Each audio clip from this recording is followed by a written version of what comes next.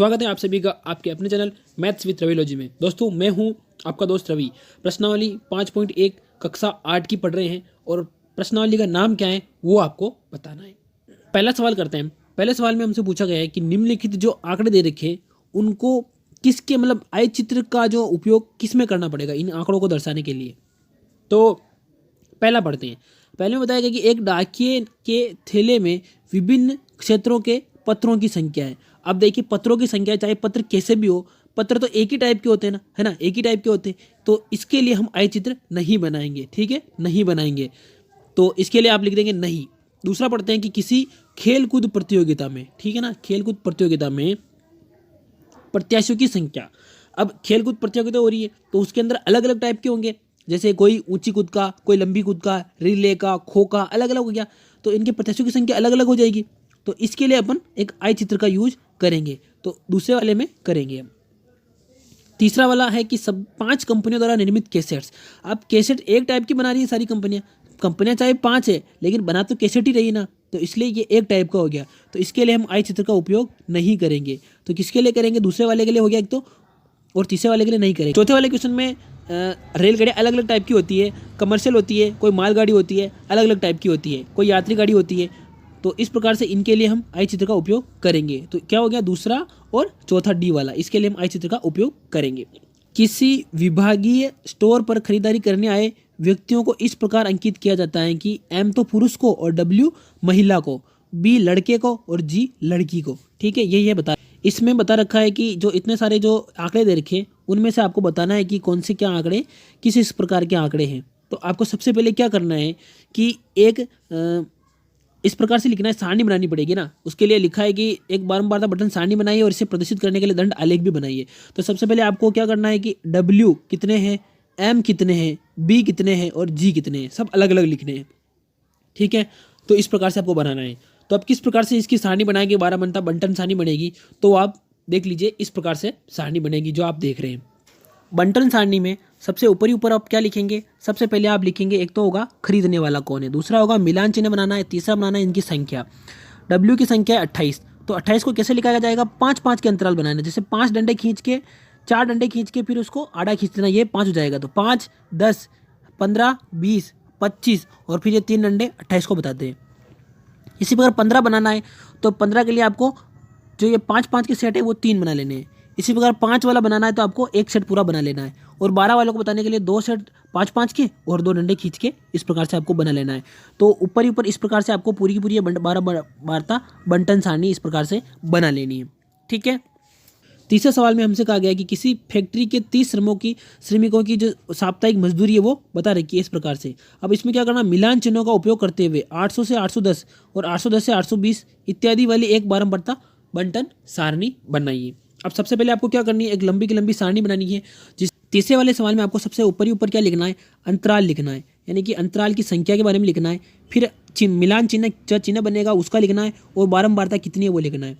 मैंने आपको बताया कि 800 से 810 के बीच में कितने आ रही संख्याएं? तो 3 संख्याएं आ रही हैं। और 810 से 820 के बीच में कितनी आ रही? 2 संख्याएं आ रही है। और बंटन बनाने के लिए 3 के लिए फिर 3 डंडे खींच लेना है और 2 के लिए 2 डंडे खींच लेना है। इस प्रकार से आपको इसको करते जाना है। और फिर अगर हम नेक्स्ट देखेंगे तो लास्ट ये सारणी कहाँ तक बनेगी? ये बनेगी आपकी 890 तक, 890 से 900, और इसमें 4 आ रहे हैं तो 4 सेट के लिए 4 बना लेना है। इस प्रकार से आपको जो संख्याएं 800, जैसे 860 से 870 के बीच में कितनी संख्या आ रही है वो चेक करके आपको यहाँ पे लिखनी है। तो इस प्रकार से आपको इस सवाल को भी ऐसे कर लेना है, ठीक है। चौथे सवाल में हमसे क्या पूछा गया है कि प्रश्न 3 में दिए गए आंकड़ों से प्राप्त सारणी के लिए एक आय चित्र बनाइए और निम्नलिखित प्रश्नों के उत्तर दीजिए। आपको आय चित्र बनाना है सबसे पहले। अब सबसे पहले ऊपर हम क्या लिखेंगे? एक साइड लिखेंगे इधर होगी श्रमिकों की संख्या और दूसरी साइड मजदूरी। तो अब 800 वाला चिन्ह एक 810 वाला, 820 वाला, यानी कि ये ले रखा है एक तरीके से कि कितने अंतराल पे कौन सा आ रहा है ना, उस तरीके से। तो इसको क्या कहते हैं? पैमाना बोलते हैं, ठीक है। पैमाना आपने अगर सुना होगा, पैमाना बनाते हैं अपन, ये पैमाना लिख रखा है। तो 800 वाला, 810 वाला, 820 वाला, 830 वाला, तो 800 के अंदर कितने हैं? तो 800 के अंदर 3 बन रहे हैं, तो 800 वाले 3 हो गए। 810 वाले कितने हैं वो भी आपको लिख लेने हैं। 810 वाले कितने होंगे? 810 वाले बनेंगे 2 बनेंगे, ठीक है। नेक्स्ट करना है आपको 820 वाला। तो 820 में कितना बनेगा? 820 में बनेगा ये वाला जो आप देख रहे हैं 1 बनेगा। ठीक है, फिर 830 में कहाँ गया, 830 में ग्राफ हेड ऊपर तक चला गया। तो इस प्रकार से आपको इसको ग्राफ को बनाना है और इसी प्रकार से आपको ग्राफ के अंदर बनाना है। ठीक है, ये समझ में आ गया। अब इसके एक एक करके हम सवाल देखते हैं। सबसे पहले पूछा गया कि किस समूह में श्रमिकों की संख्या सबसे अधिक है। तो आप देखेंगे सबसे ज़्यादा बड़ा ऊंचा ग्राफ किसका जा रहा है, तो यहाँ जा रहा है। तो यहाँ श्रमिकों की संख्या कितनी आ रही है, 9 आ रही है। तो ये ग्राफ कौन सा हो गया, ग्राफ बताना है आपको। तो इस ग्राफ को कौन सा ग्राफ लिखेंगे आप, 830 से 840 वाला, यहाँ से लगाकर यहाँ तक। तो ये पूरा आ जाएगा 830 और 840 दोनों आ जाएगा। ठीक है, नेक्स्ट दूसरा सवाल पूछा गया हमसे कि कितने श्रमिक रुपये 850 या उससे अधिक अर्जित करते हैं। अब 850 से कितने अधिक अर्जित करे, तो 850 का कहाँ है, यहाँ है, और 850 से कितने अधिक कर रहे हैं, तो जो सारे के सारे कितने हैं यहाँ पे वो जोड़ लेने हैं। 860 वाला, 70 वाला, 80 वाला, 90 वाला। ठीक है, तो ये जोड़ेंगे तो कितना आएगा, 4 और 1 होगा 1 1 1, 3 तो ये हो गए 3 और 1 हो गया 3, 6 यहाँ पर और 4 यहाँ पर। तो टोटल कितने हो गए, 10 हो गए। कैसे किया मैंने वो देख लेना आप। सबसे पहले बताता हूँ, यहाँ पर 1 है, यहाँ पर 1 है, यहाँ पर 1 है, और यहाँ पर कितने हैं, 3 है, और यहाँ पर कितने हैं, 4 है। तो 3 और 3 6 तो यहीं पर हो गए, और 6 और 4 कितने होते हैं, 10 होते हैं। इस प्रकार से मैंने इस सवाल को किया। ठीक है, नेक्स्ट पूछा है अपने सवाल से कि जो कितने श्रमिक है ना वो 800 रुपये से कम अर्जित करते हैं। 850 रुपये से कितने जने कम हैं वो अर्जित करते हैं। तो कम जनों का आपको लिखना है, तो वैसे ही कर लेना है। कैसे, जैसे मैंने पहले बताया था आपको, 850 से कम कितने हैं। जैसे ये वाला ग्राफ कहाँ जा रहा था, ये 5 पे जा रहा, ये 9 पे जा रहा, और ये फिर 1 और ये 2 और ये 3, कितना होगा, 3 2 5 और 1 6, 6 और 5 11, और 11 और 9 कितने होते हैं, 11 और 9 होते हैं टोटल 20। तो आप इसका आंसर क्या लिखेंगे, 20 इसका आंसर लिखेंगे।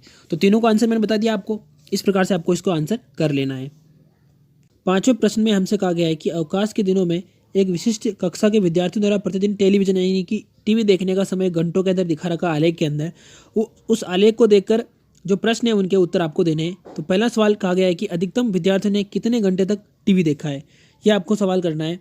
तो उसको हम आलेख देखते हैं और उसके हिसाब से आंसर देते हैं कि कितने घंटे तक टीवी देखा गया और कितने विद्यार्थियों ने टीवी देखा। अधिकतम जो टीवी देखने वाले उनके बारे में कहा गया था, अधिकतम कहाँ है, 32 है अधिकतम। तो अधिकतम कहाँ बन रहा है, ये बन रहा है प्रतिदिन टीवी देखने के घंटे। तो 4 से 5 घंटे देखा गया, तो क्या आंसर होगा, 4 से 5 घंटे। ठीक है, 4 से 5 घंटे टीवी अधिकतम देखा गया है। नेक्स्ट क्वेश्चन क्या है, दूसरे सवाल में हमसे कहा गया 4 घंटे से कम समय तक कितने विद्यार्थियों ने टीवी देखा है। तो 4 घंटे से कम समय वाले को निकालना है। जब आप ग्राफ देखेंगे तो आपको पता चलेगा कि 4 घंटे से कम कहाँ है, 4 घंटे का निशान यह है, और 4 घंटे से कम कौन कौन से हैं, तो ये जो सारे आ रहे हैं वो है। तो आप क्या करेंगे, 22 8 4 को जोड़ लेंगे, है ना। तो 22 के अंदर 8 4 कितना होता है, 12 होता है। कितने, 2 2 4 और 2 और 1 3, क्या आएगा 34, यानी कि 34 जो आएगा इसका आंसर। नेक्स्ट पढ़ते हैं तीसरा सवाल इसका। जब ग्राफ को देखेंगे तो आपको पता चल जाएगा कि 5 से ज़्यादा घंटे कहाँ हैं, ये आगे जो आ रहे हैं 5 6 और 7 ये वाले, तो दोनों का कहाँ आएगा, 8 और 6, और 8 और 6 जो को जोड़ोगे तो कितना आएगा, 6 दूनी 12 और 13 और 14, है ना, कितना आएगा 14 आएगा। तो इसका आंसर है 14। ठीक है, तो इस प्रकार से आपको इसको कर लेना है। आई होप कि यहाँ तक आपको वीडियो पसंद आई होगी। वीडियो पसंद आए तो लाइक करें, चैनल पर नए हैं तो सब्सक्राइब करें। मिलते हैं अगली वीडियो में, तब तक जय हिंद।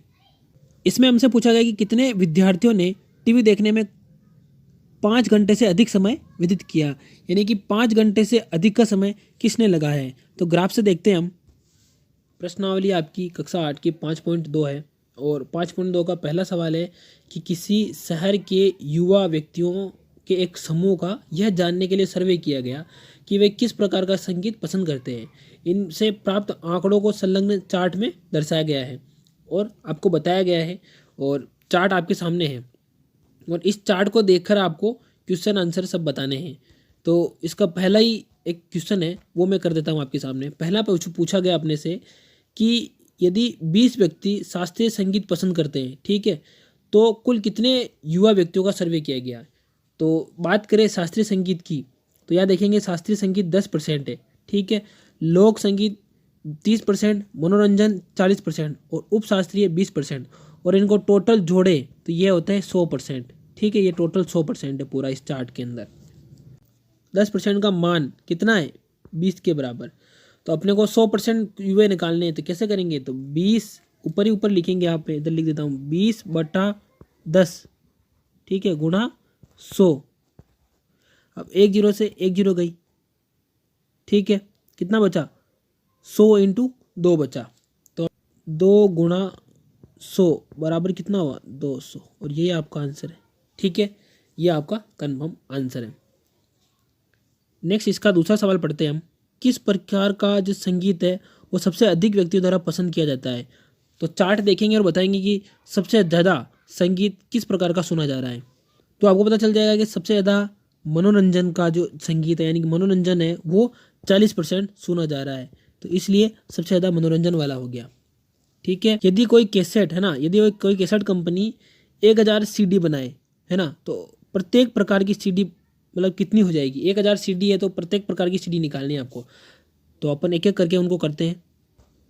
सबसे पहले बात करें शास्त्रीय की, तो शास्त्रीय संगीत 10%, तो क्या करेंगे, टोटल कितने हैं, 1000, है ना, और 1000 का आपको 10% निकालना है इस प्रकार से। तो इन 2 जीरो से ये 2 जीरो गायब होती है, और 10 को 10 से गुणा करेंगे कितना आएगा, 100। तो शास्त्रीय संगीत कितने, 1000 जनों में से 100 जने शास्त्रीय संगीत पसंद करते हैं। ठीक है, अब वापस करते हैं नेक्स्ट, यानी कि अब बात करेंगे, मैं बात करूँगा उपशास्त्रीय संगीत की। ठीक है, कि उपशास्त्रीय संगीत कितने जने पसंद करते हैं। अपने को पता है कि 1000 तो अपने को टोटल बता रखा है। ठीक है, 1000 तो है ही सही। अब 1000 में से आपको उसका 20% निकालना है, तो क्या लिखेंगे, ऊपर तो 20 लिखेंगे और नीचे 100 लिखेंगे। ठीक, अब 100 की 2 जीरो से 1000 की 2 जीरो कट जाएगी, फिर 20 को आप 10 से गुणा करोगे, कितना आएगा, 200 आएगा। तो यानी कि शास्त्रीय संगीत कितने जने पसंद करते हैं, वो 200 जने पसंद करते हैं। इसी प्रकार से आप लोग जो लिखा है, लोग जो जिसका परसेंट है 30%, तो 30% को आप निकालेंगे। सबसे पहले ऊपर 30 लिखेंगे और नीचे 100 लिखेंगे। फिर से 100 की जो 2 ऊपर है वो 1000 की 2 ऊपर से कट जाएगी, और 30 को 10 से गुणा करोगे कितना आएगा, 300 आएगा। तो यानी कि लोक संगीत कितने जने पसंद करते हैं, वो है 300 जने पसंद करते हैं। आपको अलग अलग करके निकालना है सबका। अब नंबर आएगा मनोरंजन का, यानी कि मनोरंजन कितने जने पसंद करते हैं। तो यहाँ कितना बता रखा, 40% दिखा रखा। तो क्या करेंगे, ऊपर सबसे ऊपर लिखेंगे 40, और 40 का आपको परसेंट निकालना, 1000 का परसेंट निकालना 40%। 2 जीरो से 2 जीरो गायब होती है। 40 को 10 से गुणा करो कितना आएगा, 400 आएगा। ठीक है, 400 आएगा। 400 जने मनोरंजन पसंद करते हैं 1000 में से। तो ये आपका पूरा सवाल इस प्रकार से होता है। अब हम दूसरा सवाल करते हैं। आपका दूसरा सवाल है कि 360 जो व्यक्तियों के एक समूह से 3 ऋतुओं वर्षा, गर्मी और सर्दी में से अपनी मनपसंद ऋतु को चुनने का, इनके मतदान करने को कहा गया। इनसे प्राप्त आंकड़ों को एक चार्ट में बताया गया है, ये चार्ट है। तो किस ऋतु को सबसे अधिक मत मिले ये आपको बताना है सब, यानी कि एक एक करके क्वेश्चन बताना है। सबसे पहले बता दूं मैं आपको कि ये ग्रीष्म है ना, एक ग्रीष्म ऋतु, वर्षा ऋतु और शीत ऋतु है, और मतों की संख्या इसमें 90, 120 और 150 है। तो इनमें से आपको बताना है। तो एक चीज़ आपको देख के पता चल जाएगी किस ऋतु को सबसे अधिक मत मिले, यानी कि सबसे अधिक किसको मिले। तो आपको पता चल गया शीत ऋतु को। क्या लिखेंगे, शीत ऋतु को सबसे अधिक मत मिले। ओके, नेक्स्ट दूसरा सवाल, प्रत्येक त्रिज्यखंड का केंद्रीय कोण क्या है। यानी कि अगर आप इसको पूरा त्रिज्यखंड इस तरीके से पूरा मानो, इस तरीके से एक गोल पूरा मानो, तो प्रत्येक का आपको कोण बताना है। तो सीधा से आपको ज़्यादा दिमाग नहीं लगाना है। तो क्या करना है, ग्रीष्म लिखना, ग्रीष्म ऋतु का कितना बनेगा, तो इसमें 90 लिखा है, उसके ऊपर बिंदी लगा देना, यानी कि डिग्री बना देना इधर। ठीक है, फिर 120 का लिखा था, 120 के भी डिग्री लगा देना ऊपर। फिर 150 का लिखा था, इसके ऊपर भी बिंदी बना देना ऊपर। ठीक है, यानी कि ये सब हो गया इनका परसेंट, डिग्री लगा के कोण बन गया। तीसरा है कि तीसरा सवाल, इस सूचना को दर्शाने के लिए एक पाई चार्ट बनाना है आपको। अब आपको इस सूचना जो लिखी है उसको पाई चार्ट के हिसाब से बताना है कि कितने क्या है। पाई चार्ट आपको पता होगा, पाई चार्ट किस तरीके से बनता है, इस तरीके से गोल बनता है एक तरीके से, है ना, इस प्रकार से इसको बोलते हैं पाई चार्ट। और पाई चार्ट के बारे में आपको अच्छे से बताऊंगा कि पाई चार्ट ना 360 डिग्री का इसके अंदर कोण बनता है। क्यों, क्योंकि अगर इसको हम आधा करें, है ना, तो 180 तो ऊपर बनेगा, और 180 ऊपर और 180 नीचे। तो 180 180 कितने होते हैं, 360 होते हैं। 18 दूना 36। ठीक है, 360 बन गया। अब आपको 150, 120 और 90 को इसके अंदर बनाना है। ठीक है, तो ये कोण बन गया एक तरीके से। अब इसको अपन यूं कर लेते हैं ना, यूं, इस तरीके से। अभी आपको अच्छे से समझ में आएगा। अब प्रत्येक खंड को 90 डिग्री मान लो, है ना, ये 90 डिग्री। 9 एकम 9, 9 दूनी 18, 9 तिया 27, 9 चौक 36। इस प्रकार से क्या 4 ही खंड हो गए। ठीक है, चलो यहाँ तक समझ में आ गया। सूचना को पाई चार्ट में दर्शाने के लिए सबसे पहले क्या करेंगे आप, एक इस प्रकार से गोल घेरा बनाएंगे, यानी कि पाई बनाएंगे, चार्ट बनाएंगे। और आपको पता है कि इस चार्ट में ना इस प्रकार से अगर रेखा खींच दो तो ऊपर 180 डिग्री और नीचे 180 डिग्री का कोण बनता है। और टोटल अगर इसके कोणों की बात करें तो इसके अंदर 360 डिग्री का कोण बनता है। यहाँ तक बात समझ में आ गई? ठीक है। अब इनको 90, 120 और 150, यानी कि ये कोण है एक तरीके से अपने लिए, तो इनको बनाना है। तो 90 डिग्री का कैसे बनेगा? 90 डिग्री का अगर इस तरीके से बात करें, ये केंद्र की बात करें तो यहाँ से ये, तो यहाँ ये 90 डिग्री का बन गया। और 90 डिग्री को अपन क्या कहेंगे? ग्रीष्म ऋतु कहेंगे। ये लिख देना, ग्रीष्म ऋतु। अब बना 120 और 150, तो ये रेखा पूरी की पूरी खींच दूँ तो 180 बन जाएगा, लेकिन मेरे को पूरी की पूरी नहीं खींचनी, क्योंकि मेरे को 185 बनाना है। तो 30 डिग्री कम कर दो, लगभग इस प्रकार से 30 डिग्री कम हो गया, तो ये कम हो गया, तो ये हो गया 150। और ये किसका हुआ? शीत ऋतु का। ये अगर 120 लिख दूंगा यहाँ में, तो ये किसका हो जाएगा? ये वर्षा ऋतु का हो जाएगा। इस प्रकार से बनाना आपको, ठीक है। ये पाई चार्ट बन गया। तीसरा सवाल पढ़ेंगे कि निम्नलिखित सूचना को दर्शाने वाला एक पाई चार्ट बनाना है, और यह सारणी व्यक्तियों के एक समूह द्वारा पसंद किए जाने वाले रंगों के बारे में बताती है कि कौन सा कलर है ना कितने व्यक्ति पसंद करते हैं। और यहाँ पर 36 बता रखा है टोटल है, और बाकी के सबके बता रखे हैं। तो सबसे पहले क्या करेंगे अपन, वही त्रिज्यखंड या यूँ कहूँ कि पाई चार्ट बनाएंगे। तो पाई चार्ट बनाने के लिए सबसे पहले क्या करना पड़ेगा आपको? एक गोल घेरा बनाना पड़ेगा, ठीक है। इस प्रकार से गोल घेरा बना लेंगे, ओके। नेक्स्ट, अब इसको अपन टुकड़ों में बांटेंगे। सबसे पहले टुकड़ों में बांटें, अपने अपने शौक अपने हिसाब से समझने के लिए, है ना। तो मैंने इसको 2 टुकड़ों में इस प्रकार से बांट दिया। तो मैंने आपको बताया कि ये 90 डिग्री का, प्रत्येक खंड 90 डिग्री का, तो 90 90 90 90 ऐसे 4 खंड हो गए, तो 36 हो गया। और अपने को इसी प्रकार से बनाना है। तो अगर इस 18 को अगर 180 मानो, है ना, और 9 को आप 90 मानो, 6 को आप 60 मानो, और 3 को आप 30 डिग्री मानो, इस तरीके से मानोगे तो आपको अच्छे से सवाल समझ में आ जाएगा। तो अब इसको कैसे बनाएंगे आप, वो देखिए आप, ठीक है। सबसे पहले 18 नीला कलर को बनाता हूँ। तो नीला कलर का मैं पूरा आधा कर रहा हूँ इसको, ठीक है, पूरा आधा। और ये नीचे नीचे वाला 18 है, और ये पूरा नीला कलर का है, ठीक है। मैं इसके अंदर संख्या लिख रहा हूँ, आप इसके अंदर नीला लिख लेंगे, इस प्रकार से नीला लिख लेंगे, नीला कलर, ठीक है। मैं केवल संख्या लिख रहा हूँ। 18 ये हो गया। और इस प्रकार से लाइन खींचूँ मैं एक और, तो इस साइड वाला क्या हो गया? 90 हो गया, ठीक है, 90 हो गया। या यूँ कहूँ कि ये 9 हो गया, ठीक है। अब बचा 6 और 3, तो 3 तो थोड़ा सा होगा, इस प्रकार से थोड़ा सा, तो ये हो गया 3, और ये बचा जो 6। इस प्रकार से आपको त्रिज्यखंड बनाना है। चौथा सवाल है इसका कि संलग्न पाई चार्ट में एक विद्यार्थी द्वारा किसी परीक्षा में हिंदी, इंग्लिश, गणित, सामाजिक विज्ञान और विज्ञान में प्राप्त किए गए अंकों को दर्शाता है। और यदि उस विद्यार्थी द्वारा प्राप्त किए गए कुल अंक 540 है तो निम्नलिखित प्रश्नों के उत्तर दीजिए। पहला सवाल है कि किस विषय में, यानी किस विषय में विद्यार्थी ने 105 अंक प्राप्त किए हैं। तो बता रखा नीचे संकेत कि 540 अंकों के लिए केंद्रीय कोण 360 डिग्री है, और 105 अंकों के लिए केंद्रीय कोण आपको ज्ञात करना है, ठीक है। तो इसको हम कैसे करेंगे? तो सबसे पहले अपने को 105 के लिए पूछा गया है, तो अपन सबसे पहले ऊपर ही ऊपर क्या लिखेंगे? 105 ही लिखेंगे, ठीक है, 105 लिखेंगे।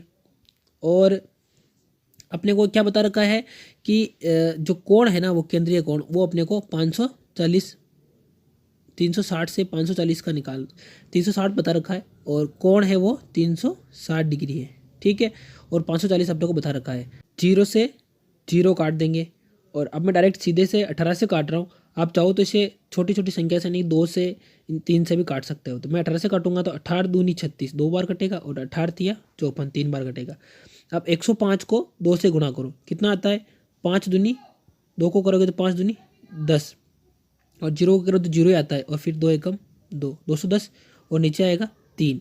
तो 210 के अंदर 3 का भाग लगाना है, तो 3 7 21, कितना आया? 70 आया, 70 आ गया। अब आपको विषय बतानी है, कौन सी विषय है। तो 70 को देखकर आपको पता चल गया होगा कि यहाँ कौन सी सब्जेक्ट है, 70 वाली हिंदी है। तो इसका आंसर क्या आएगा? आपको लिखेंगे इसका आंसर लिखेंगे हिंदी, इसका आंसर आएगा, ठीक है, हिंदी इसका आंसर आएगा, ओके।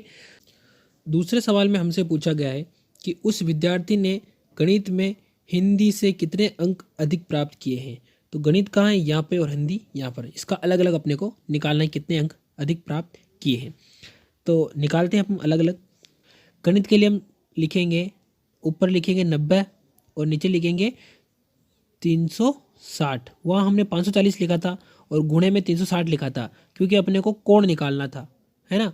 और यहाँ पर कोण नहीं निकाल के अपने को नंबर निकाल लेते। नंबर निकालने के लिए हम कोण को नीचे रखेंगे और नंबर से गुणा कर लेंगे। यहाँ क्या करेंगे, 1 0 से 1 0 कट जाएगी। 9 को सीधों में 36 से काट देता हूँ, 9 एकम 9 है ना, और 9 चौक 36। तो यह कितना 540 में आपको 4 का भाग लगाना एक तरीके से। 4 एकम 4 एक बार गया और यहाँ 1 बच गया और 4 3 12 और 2 बच गया और 4 पंजे 20। क्या आया, 135 आया। ठीक है, तो लिख देते हैं यहाँ पर 135 आया इसका। अब हम दूसरा करते हैं कि हिंदी के लिए कितना आया। हिंदी के लिए अगर आपको थोड़ा सा दिमाग लगाए तो हिंदी के लिए अपने यहाँ निकाला था 105 आया। फिर भी आपको समझ में नहीं आया तो मैं आपको एक बार फिर से करके बता देता हूँ। तो सबसे पहले हिंदी का नंबर ऊपर लिखेंगे 70 और नीचे लिखेंगे 360 और काट लेंगे आप 540 से। 1 0 से 1 0 ऊपर की भेज काट देते हैं अपन, ऊपर की काट दी मैंने।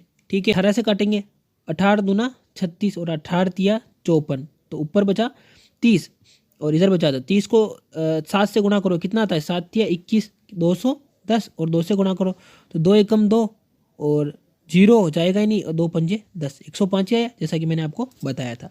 अब हम क्या करेंगे, 135 तो अपना पहले था है ना, और 105 अभी आया, तो 5 में से 5 आता है 0, 3 का 3 और 1 का 0, तो कितना आया, 30 आया। तो असल में जो सेकंड क्वेश्चन का आंसर है वो क्या है, 30 आएगा आंसर। सवाल पढ़ेंगे आप, जांच कीजिए कि क्या समाज विज्ञान और गणित में प्राप्त किए गए अंकों का योग विज्ञान और हिंदी में प्राप्त किए गए अंकों के योग से अधिक है क्या। केवल केंद्रीय कोणों पर ध्यान देना है आपको, ये जो कोण लिखे हैं उनको ही आपको देख लेना है। तो क्या करेंगे हम कि इनके जो कोणों का योग है इनको जोड़ लेंगे और देखेंगे किसका ज़्यादा है। अब गणित और सामाजिक विज्ञान किधर है, ये दोनों है, और हिंदी और विज्ञान कहाँ है, ये दोनों है। तो इन दोनों को जोड़ लो, 70 और 80 को जोड़ो है ना, कितना आता है, 70 और 80 को जोड़ोगे तो लगभग ये आएगा 150। ठीक है, 70 और 125 को जोड़ा तो 150 है। फिर 90 और 65 को जोड़ो, तो 90 और 65 को मैंने जोड़ा तो 5 का 5 और 9 और 6 कितना होता है, ये होता है 15। तो आपको पता है 155 आया, इसका 150 आया, तो 5 ज़्यादा है, कौन ज़्यादा है, तो सामाजिक विज्ञान का जो ये प्रतिशत है वो ज़्यादा है इनका, मतलब सामाजिक विज्ञान और गणित का प्रतिशत ज़्यादा है।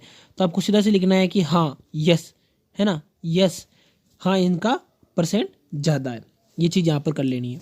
5वां सवाल है आपका, किसी छात्रावास में विभिन्न भाषाएं बोलने वाले विद्यार्थियों की संख्या नीचे दी गई है, इन आंकड़ों को एक पाई चार्ट में आपको बताना है। पाई चार्ट आपको अच्छे से आता है।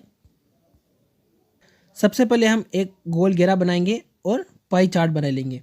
पाई चार्ट में आपको पता है कि इसमें 360 डिग्री का कोण बनता है और यहाँ पर क्या लिखी, विद्यार्थियों की संख्या लिखी है। तो अपने अगर अपन इनसे में कोण निकाल लेना तो अपना काम इजी हो जाएगा। तो मैं क्या करता हूँ, सबसे पहले इसका कोण निकाल लेता हूँ। कोण कैसे निकालेंगे, सबसे पहले लिखेंगे ऊपर ही ऊपर लिखेंगे 40 है ना, 40 का निकालना अपने को हिंदी का। नीचे लिखेंगे 72 क्योंकि ये टोटल 72 है, और गुणा करेंगे 360 से क्योंकि 360 डिग्री का कोण बनता है। अब मैं काटता हूँ इसको, 12 से काट रहा हूँ, ये 12 से कटेगा 6 बार और ये कटेगा 12 दूनी 24, 12 तिया 36, 30 से, फिर 6 से कटेगा 5 बार है ना, 6 पंजे 30। अब ये 40 को 5 से गुणा कर लो। अब आप ध्यान रखेंगे यहाँ जो संख्या रखेंगे ना उसको फिर 5 से ही गुणा करना है, क्योंकि यहाँ मैंने काट के सेट कर लिया है इनको। तो अब आपको इस प्रकार से करना है कि जो भी संख्या आएगी उसको 5 से ही गुणा करना है। क्या करेंगे, अब 40 को 5 से गुणा करा तो कितना है, 200 बना, तो ये 200। फिर 12 को 5 से करो कितना है, ये 60 बना। फिर 9 को 5 से करा कितना है, 45 आया। 7 को 5 से करो कितना है, 35 आया।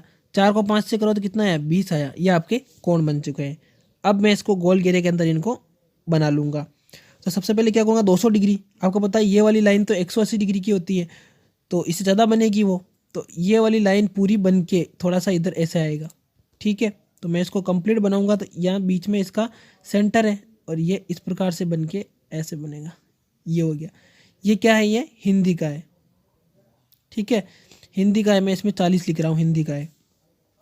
अब लिखेंगे, आप लिखेंगे अंग्रेजी का। अंग्रेजी का कितना बना, 60 बना, तो आपको पता है 60 डिग्री इतना बनता है, और ये है 12 लिख रहा हूँ, मतलब ये है अंग्रेजी का। फिर 9 माने 45, और 45 डिग्री कितना बनता है, छोटा सा बनता है, ज़्यादा बड़ा नहीं बनता है। तो 45 का भी 60 से कम बनेगा, यानी कि इतना सा बनेगा।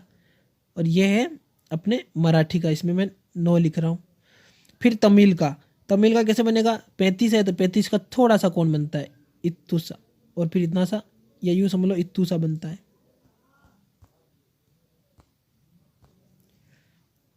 ऐसे बना लो, ये है 7 और ये है 4, इस प्रकार से इसको बना लेना और बाहर आपको इनके नाम लिख लेना है। इस प्रकार से आपको इसको कर लेना है। आई होप कि यहाँ तक आपको समझ में आ गया, और समझ में नहीं आया तो वीडियो में कमेंट जरूर करें, मैं इसको और अच्छे से बोर्ड पे समझाने की कोशिश करूँगा। आज हम प्रश्नावली 5.3 कक्षा 8 की वो पढ़ेंगे और उसका पहला सवाल करेंगे कि पहले सवाल में दिखा रखा है अपने से, इन प्रयोगों में आप जो परिणाम देख सकते हैं उन्हें लिखने हैं आपको। तो परिणाम क्या है वो आपको लिखने हैं। पहिए को घुमाएंगे तो ए आ सकता है, ठीक है, बी आ सकता है, सी आ सकता है और डी आ सकता है। तो ये चारों ही परिणाम आ सकते हैं। दूसरा सवाल है आपका इसका, 2 सिक्कों को एक साथ उछालना। तो एक सिक्के को उछालने पर क्या क्या आ सकता है, तो हेड आ सकता है और टेल आ सकता है। जब दूसरे सिक्कों को भी उछाला जाएगा तो उस पर भी क्या आ सकता है, हेड आएगा या फिर टेल आएगा, ठीक, ये परिणाम ही आ सकते हैं। तो अब क्या करना है आपको कि 2 सिक्कों को उछाला जा रहा है, तो आपको पता है कि परिणाम दो साथ एक साथ प्राप्त होंगे। तो या तो हेड आ सकता है या टेल आ सकता है, या एक पे हेड आ गया एक पे टेल आ गया, इस प्रकार से ना, या फिर टेल आ सकता है हेड आ सकता है, ठीक है। 2 परिणाम हो गए। फिर जरूरी नहीं है कि हेड भी आ सकता है और टेल भी आ सकता है।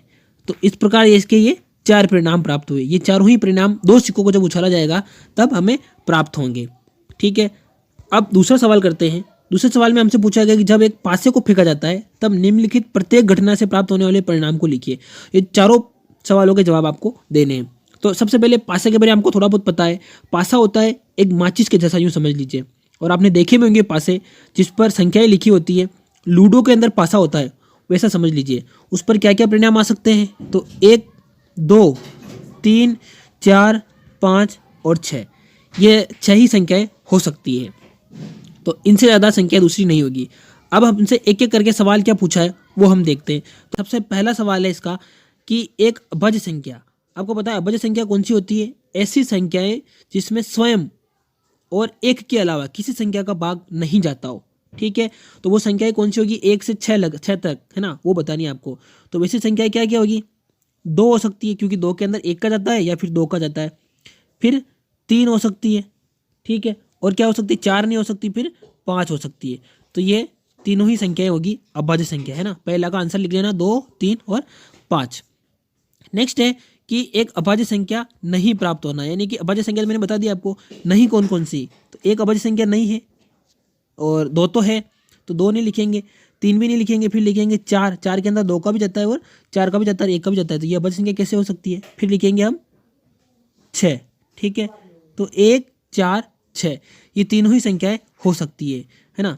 तो ये इसके परिणाम लिख लेंगे। दूसरे का पहला सवाल है कि 5 से बड़ी एक संख्या, तो 5 से बड़ी एक संख्या क्या है, 6 है, बस आपको पता है इतना। फिर नेक्स्ट है कि 5 से बड़ी संख्या नहीं, तो 5 से बड़ी संख्या कौन सी नहीं है, तो 5 से बड़ी संख्या कौन कौन सी नहीं, 1, 2, 3, 4 और 5। 5 से बड़ी नहीं है ये, 5 से छोटी है। तो क्या करेंगे, 1 से लगाकर 1 हो जाएगा, 2, 3, 4 और 5, ये पांचों संख्या आप यहाँ पे इसमें लिख लेंगे। तीसरा सवाल है, ज्ञात कीजिए। पहला सवाल है कि प्रश्न फर्स्ट ए में सूचक डी पर रुकने की प्रायिकता क्या है, देखते हैं हम। जैसा कि सवाल में बताया गया है कि डी पर रुकने की प्रायिकता क्या है, तो मैंने आपको बताया है कि 5 आ सकते हैं ना, 5 परिणाम हो सकते हैं टोटल। तो टोटल परिणामों की संख्या 5 है और डी कितना है, डी तो 1 है, तो 1/5 आएगा। केवल 1/5 आंसर इसका लिख लेना है आपको, ठीक है। तीसरे का बी है कि अच्छी प्रकार से फेंटी हुई 52 ताशों की एक गड्डी में एक इक्का प्राप्त करने की। तो आपको पता है कि ताश में टोटल पत्ते कितने होते हैं, 52, ठीक है। इक्के कितने होते हैं, उसमें इक्के होते हैं 4, तो 4 इक्के। तो अपन क्या लिखेंगे, 4/52 लिखेंगे। तो 4/52 लिखेंगे तो 4 से इसको काट दो, 4 एकम 4, ऊपर एक बार, है ना, ऊपर 1 से कटेगा, एक बार ही होगा। फिर नीचे 4 एकम 4 एक बार, और फिर यहाँ पर 1 बच जाता है, 4 तिया 12। तो आंसर क्या बना, 1/13, ठीक है, ये इसका आंसर है। यहाँ तक कर लेंगे। फिर आपका इसका सी वाला सवाल है, इसमें हमसे पूछा गया है कि एक लाल सेब प्राप्त करने की प्रायिकता दी हुई आकृति में, इस आकृति को देखकर आपको बताना है। तो सबसे पहले क्या लिखेंगे, सबसे पहले आप लिखेंगे कि टोटल कितने हैं। तो टोटल परिणाम क्या है, 7 परिणाम है टोटल, है ना, कि 7 परिणाम टोटल है। अब इसमें रेड, तो रेड कितने हैं, आर बराबर आप लिखेंगे, इसमें आर आ रहे हैं अपने 4, तो ऊपर लिख देंगे 4। तो क्या आंसर बनेगा, 4/7, 7 इसका आंसर बनेगा। ओके, चौथा सवाल है कि 10 पृथक पर्चियों में से जिन पर 1 से 10 तक गिनती लिखी हुई है, एक पर्ची पर एक संख्या, उन्हें एक बॉक्स के अंदर रखकर अच्छी प्रकार से मिला लिया जाता है। तो बॉक्स के अंदर से बिना देखे पर्ची को निकाला जाता है। तो इन सब की प्रायिकता बतानी है आपको। तो एक चीज़ आपको पता चल गई, क्या लिख रखा है, उन संख्याएं क्या लिख रखी है, 1 से लगाकर 10 तक संख्याएं लिख रखी है। तो लिखिए इसमें पहला सवाल इसमें कि संख्या 6 प्राप्त करना। तो संख्या 6 प्राप्त करना मतलब 6 संख्या ही नहीं, नंबर ऑफ संख्या नहीं है, 6 नंबर की संख्या यानी कि 6। तो संख्या 6 प्राप्त करना, एक संख्या ही है 6 तो, और टोटल परिणाम कितने हैं 10।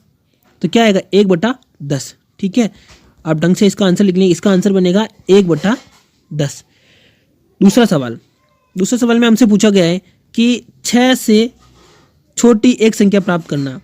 6 से छोटी संख्या कितनी है, तो 1 है, 2 है, 3, 4 और 5। ठीक है, 5 संख्याएं बन रही है। तो 5 संख्याएं मतलब ऊपर लिखेंगे 5, और टोटल संख्या कितनी है 10। काट लो, 5 एकम 5 एक बार और 5 दूनी 10। तो आंसर क्या है 1/2 आया आंसर। ठीक है, 1/2 आंसर आता है इसका। फिर नेक्स्ट, 6 से बड़ी संख्या प्राप्त करना। 6 से बड़ी कौन है, तो 6 से बड़ी है 7 है ना, 7 है, 8 है, 9 है और 10 है। तो कितनी संख्या होगी 6 से बड़ी, 4 हो गई, और कुल परिणाम कितने हैं 10 है।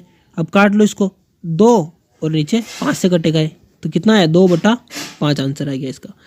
फिर नेक्स्ट है कि एक अंक की एक संख्या। अब एक अंक की संख्या कैसे निकालेंगे, तो आपको पता है 1 से लेकर 9 तक संख्या में एक ही अंक आता है, लेकिन 10 के अंदर क्या होता है 2 अंक बन जाते हैं। तो इसको छोड़कर कितने अंक होंगे, 9 अंक होंगे।